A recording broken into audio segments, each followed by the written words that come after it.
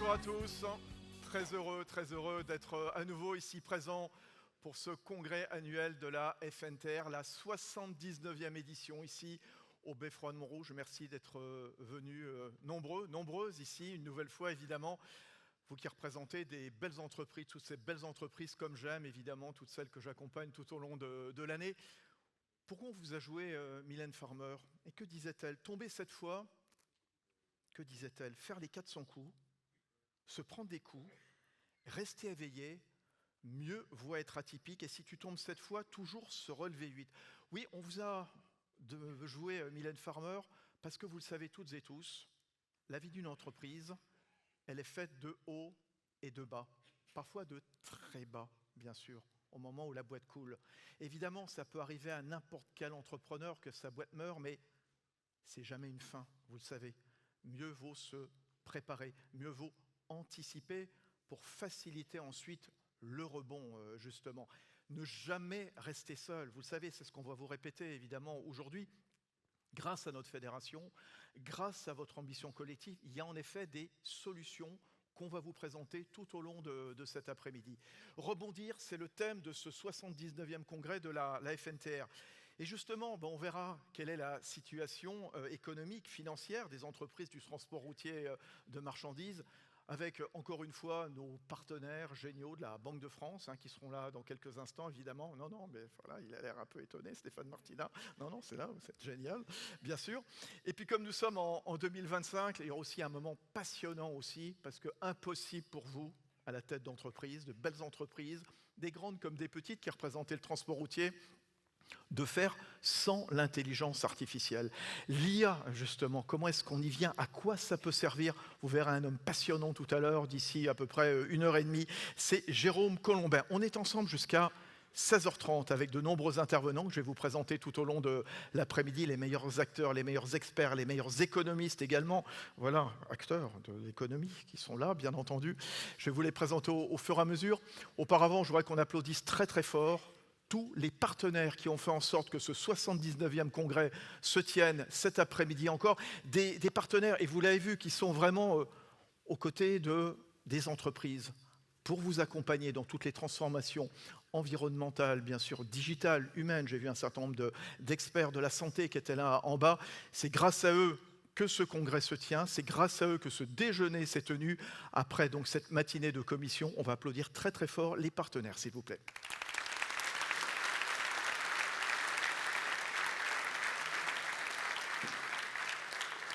Et tout de suite, la parole à celle qui a voulu cet événement, la présidente de la FNTR. Voici Florence Dupasquier, s'il vous plaît.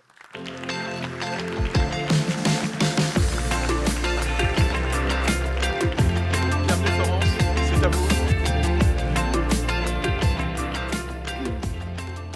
Bonjour à toutes et à tous.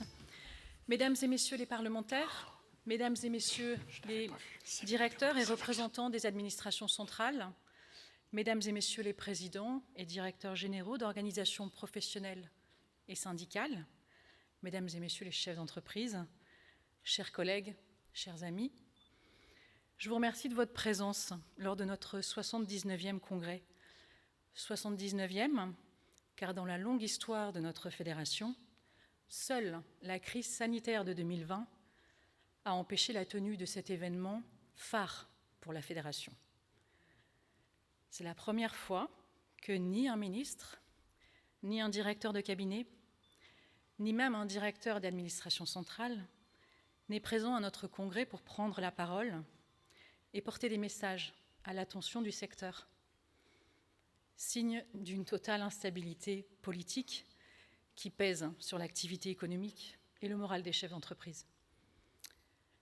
La FNTR est née en 1933, mais dissoute au moment de la guerre.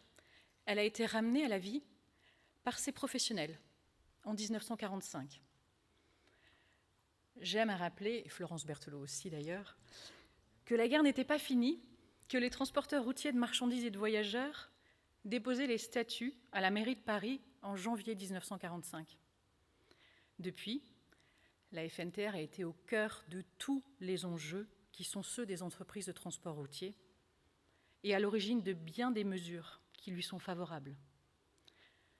Je citerai le gasoil professionnel, la récupération de la TVA sur les péages, l'indexation gasoil, les délais de paiement à 30 jours pour la partie nationale,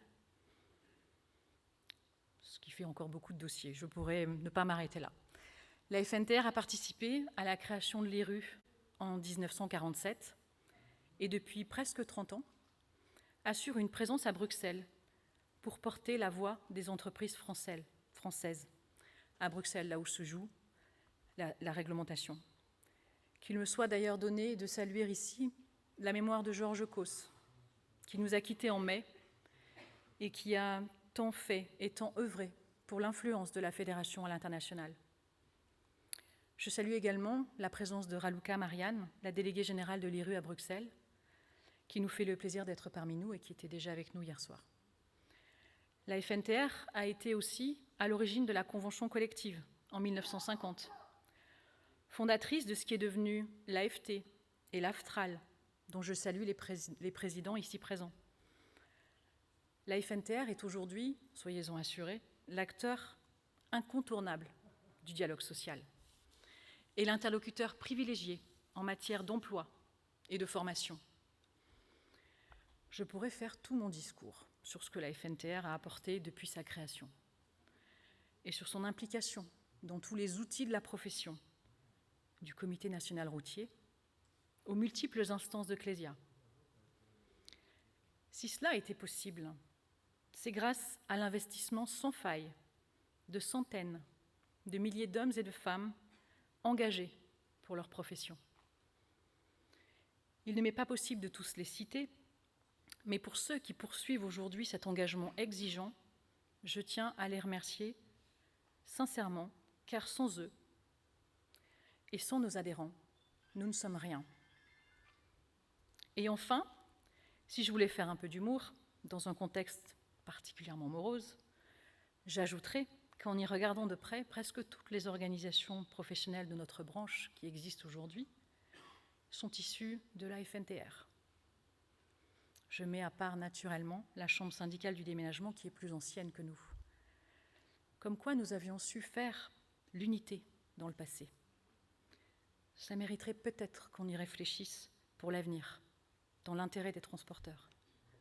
De ce passé, je suis l'héritière. Voilà bientôt 1 an que j'assume la présidence de cette fédération, avec l'appui d'un conseil de direction dynamique et de nombreux élus sur le territoire. Inutile de dire que je n'ai pas vu le temps passer, d'autant que la déléguée générale s'ingénie à m'organiser de très nombreuses réunions.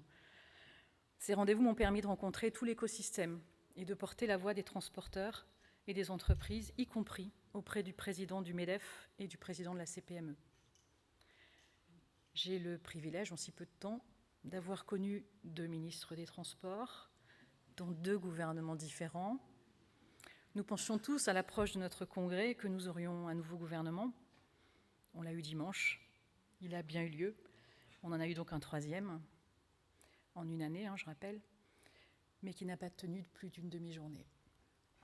Cela pourrait être drôle si cela n'était pas en réalité si difficile. Le contexte économique des entreprises reste extrêmement dégradé. Les chefs d'entreprise n'ont pas le moral. Ils n'ont aucune visibilité, aucune lisibilité. Les investissements sont à l'arrêt, les volumes au plus bas. Ils se désolent de la teneur du débat public. J'entends exprimer leur sentiment de désarroi. Est-ce qu'à un moment, la préoccupation des acteurs économiques va être prise en compte ?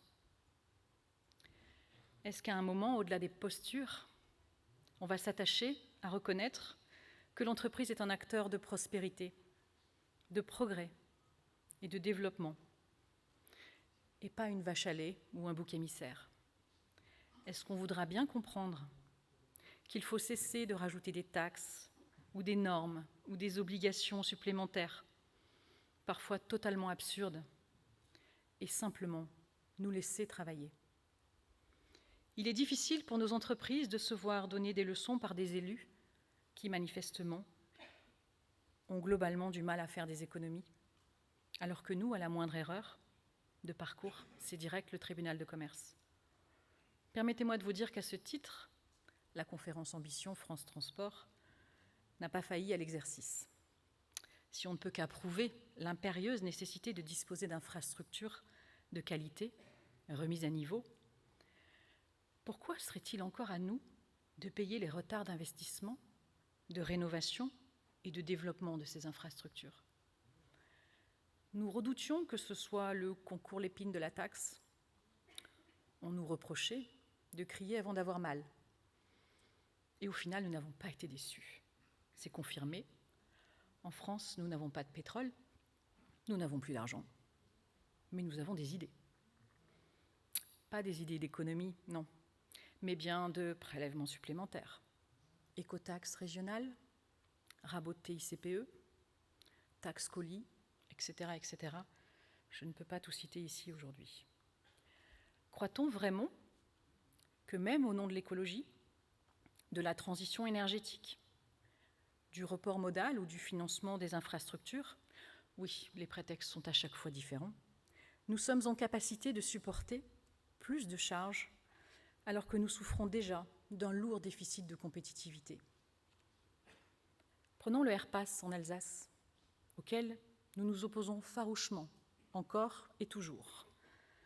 Est-ce vraiment pertinent, sous couvert de taxer les camions qui voudraient éviter de payer la LKW Maut, de taxer les camions français, ou encore pire, les camions locaux? Pourquoi faire? Pénaliser l'économie locale? Et où ira l'argent?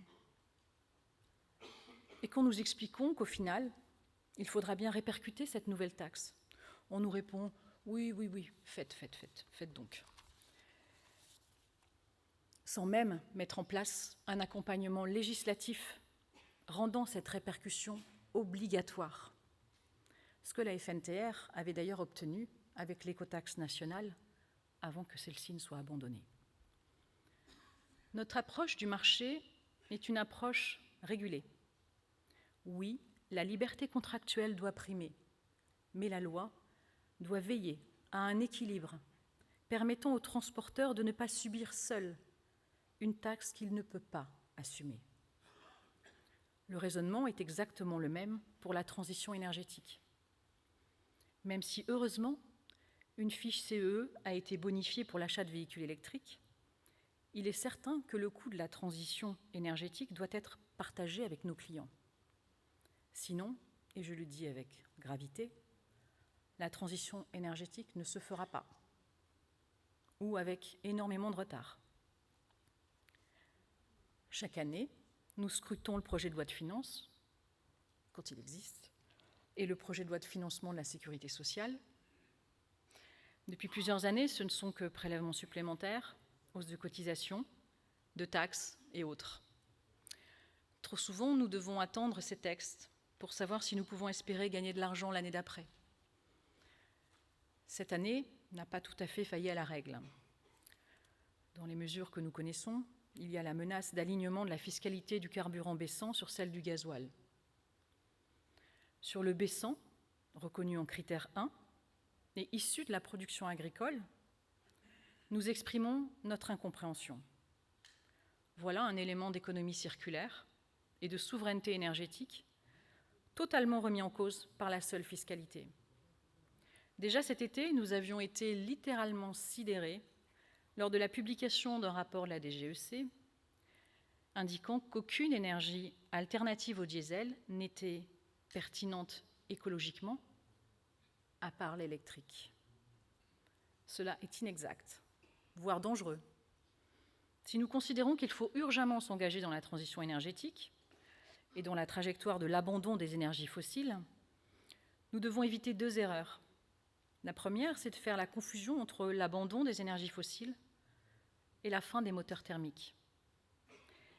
La seconde, c'est d'abandonner la notion de mix énergétique pour ne privilégier qu'une seule motorisation. Nous avons pris fermement position sur le sujet car nous considérons que chaque énergie a aujourd'hui son domaine de pertinence. Et gardons-nous de croire qu'une énergie serait nettement plus propre que toutes les autres. Alors que si on raisonne en cycle de vie du véhicule, il devrait y avoir plus de nuances. Tenons compte également des moyens financiers des entreprises qui ne peuvent tout simplement pas investir à des niveaux déraisonnables, particulièrement en ce moment. Dois-je rappeler le nombre record de faillites de nos entreprises de transport routier de marchandises l'année dernière? En 2024, plus de 3000 entreprises de TRM ont été concernées, soit plus de 20% par rapport à l'année 2023. Et cette année encore, en 2025, sur le premier semestre, encore près de 1600 entreprises de TRM ont déposé le bilan. Combien de drames cela représente pour des entrepreneurs, mais aussi leurs familles, leurs salariés, et beaucoup plus largement, les bassins économiques. C'est aussi pour cela que nous avons fait le choix délibéré de ce thème de congrès, rebondir. Dans ce contexte économique très difficile, il nous est apparu important de rappeler que le rôle d'une fédération est d'être au plus près de ses adhérents. Bien sûr, nous portons nos préoccupations auprès de tous les interlocuteurs institutionnels, qu'ils soient à Bruxelles, à Paris et dans les régions, bien évidemment. Mais notre rôle est aussi celui d'un partenaire de proximité, à l'écoute, dans l'accompagnement et la recherche de solutions. Durant toute cet après-midi, nous entendrons des intervenants qui viendront chacun donner un éclairage sur les solutions possibles. Car il y a des solutions. Trop souvent, un entrepreneur ou une entrepreneuse pense « je n'ai pas le droit à l'échec ». Nos responsabilités sont énormes à l'égard de nos équipes, de nos proches et de tout un environnement. Il faut avoir déjà dirigé une entreprise pour comprendre cette pression. Mais avant de parler d'échec, il y a en réalité toute une palette de mesures et de contacts à prendre, dont certains sont méconnus et qui sont des leviers essentiels pour passer des caps difficiles. C'est ce que nous voulons mettre en avant aujourd'hui. Et c'est ce que nous déclinons tous les jours pour nos adhérents, dans l'ensemble des régions. Pour autant, si cet ancrage dans le présent est indispensable, nous sommes aussi une vigie.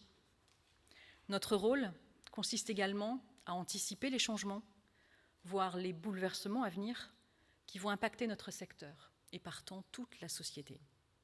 C'est pour cela que nous avons souhaité également ouvrir le débat sur l'intelligence artificielle, dont tout le monde parle, pas forcément d'ailleurs de manière correcte. Nous avons connu ces engouements pour le véhicule autonome, les imprimantes 3D, les robots, et puis soudain tout a ralenti.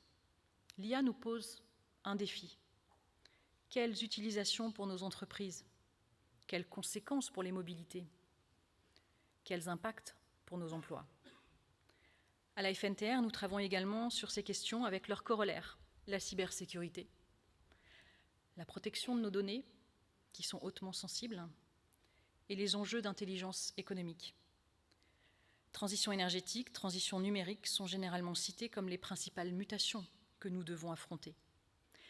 Mais il est une troisième transition dont on parle beaucoup moins et qui est pourtant essentielle dans nos métiers, si humain. Dans le jargon, on appelle cela à forte intensité de main-d'œuvre. C'est ce qu'on appelle la transition sociale. Nous travaillons tous sur l'attractivité de nos métiers, sur leur évolution et l'évolution de la formation professionnelle, avec d'ailleurs de moins en moins de moyens disponibles.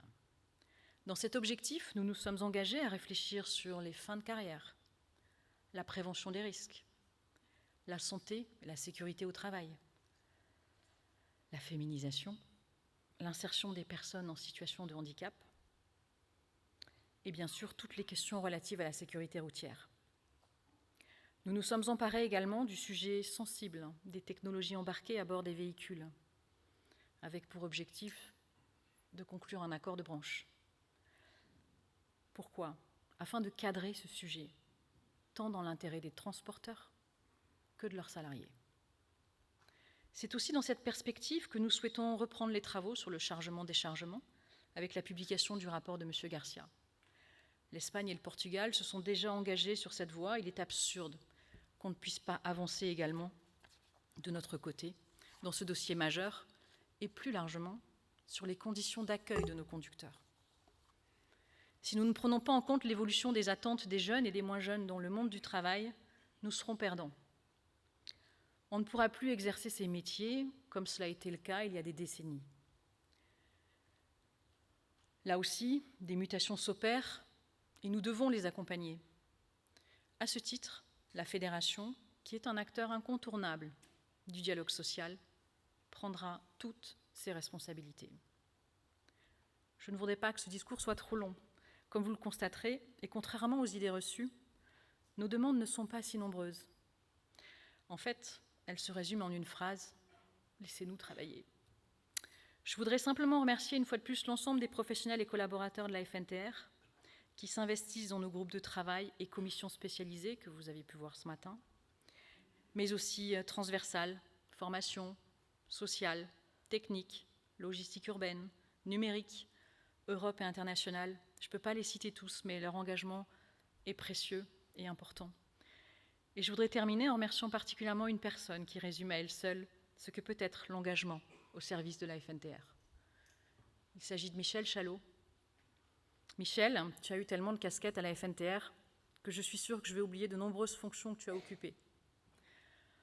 Membre du conseil de direction de la FNTR, président de la FNTR Alsace et de la région Grand Est, président de la CPNE, de l'OPTL et du Conseil des métiers, en plus des fonctions que tu as occupées dans ta région et au port de Strasbourg. Nous nous demandons tous comment tu as fait toutes ces années pour à la fois t'occuper de ton entreprise et rendre tous ces services à la profession. Je ne te cache pas que te remplacer aujourd'hui est un casse-tête. D'autant que je peux affirmer, et je pense que tu le sais, que tu es unanimement apprécié tant de nous que des organisations syndicales et de l'ensemble des représentants de la profession. Nous te devons énormément et je tiens du fond du cœur à t'exprimer notre affection et nos remerciements. Tu es l'exemple vivant de ce qu'est l'engagement et j'espère que ça en inspirera beaucoup. Que ta route soit belle, pleine de santé surtout et de joie personnelle. Et je voudrais qu'on l'applaudisse, s'il vous plaît.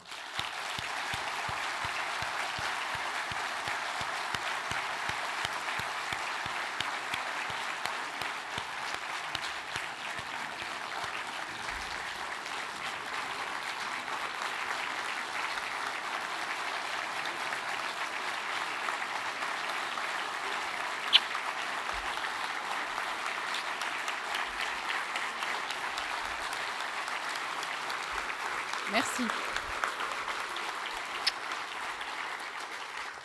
Je t'avais prévenu, mais c'est dur pour moi aussi. Voilà, que ta route soit belle en tout cas. Et chers collègues, soyez assurés de mon propre engagement et de celle de toutes les équipes de notre magnifique fédération. Je vous remercie. Merci beaucoup. Merci Florence.